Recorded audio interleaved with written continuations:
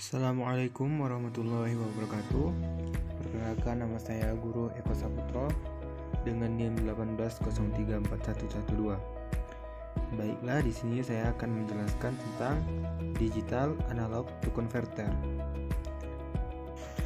Baiklah, untuk digital analog to converter atau yang sering disebut dengan DAC, di sini ada 3 hal yang akan saya bahas. Yang pertama yaitu mengenai pengertian dari digital analog to converter. Yang kedua yaitu mengenai fungsi digital analog to converter. Dan yang ketiga yaitu mengenai rangkaian dari digital analog to converter.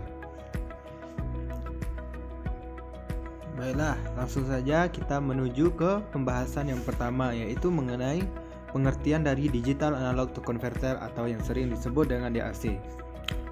Digital analog to converter ini biasa diartikan yaitu sebagai suatu alat yang digunakan untuk merubah data yang awalnya dari digital menjadi sinyal analog, seperti yang bisa kita lihat pada gambaran di bawah ini, yaitu yang pertama itu dia berupa data dari digital input yang kemudian diteruskan ke DAC atau digital analog to converter, yang kemudian dia dirubah atau dikonversi menjadi analog output atau outputnya itu berupa analog.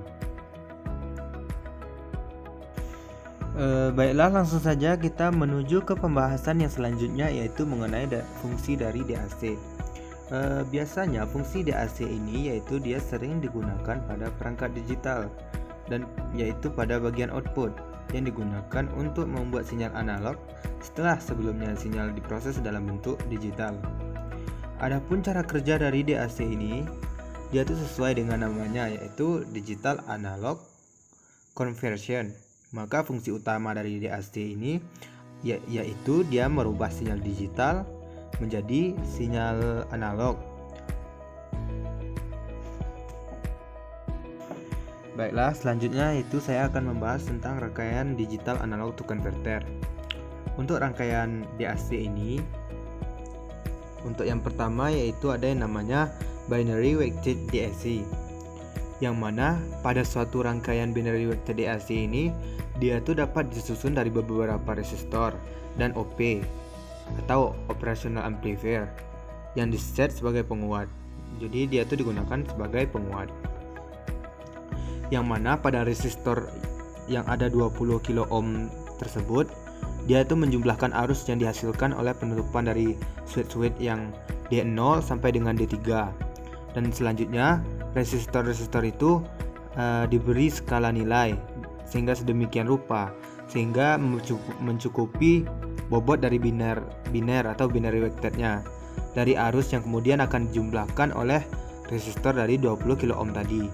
Dengan menutup switch tersebut yang ada di D0, dia akan mengakibatkan arus sebesar 50 picoampere yang mengalir melalui resistor 20 kilo ohm sehingga menghasilkan tegangan min 1 volt pada V outputnya. Nah, untuk rangkaian DAC yang kedua yaitu R atau 2R ladder DAC. Dia memiliki prinsip kerja yaitu dimana informasi digital dari 4 bit yang masuk dari switch D0 sampai dengan switch D3. Switch ini dia mempunyai keadaan yaitu 1 atau sekitar sebesar 5 volt atau 0 atau sekitar 0 volt. Dan dengan mengatur switch akan mengakibatkan perubahan tegangan yang akan diberikan kepada penguat penjumlah inverting tersebut yang sesuai dengan nilai ekuivalen binernya. Seperti contohnya saja kita umpamakan D0 nya itu sama dengan 0, kemudian D2 nya itu sama dengan 0, dan yang terakhir D3 sama dengan 1. Dan oleh karena R1 yang akan paralel dengan R5, maka dia akan menghasilkan 10 kilo. Nah, sekian presentasi dari apa yang dapat saya berikan. Mungkin masih banyak kesalahan dan saya akan mencoba terus mempelajarinya. Lebih dan kurangnya saya mohon dimaafkan. Wabillahi taufiq wal hidayah. Wassalamualaikum warahmatullahi wabarakatuh.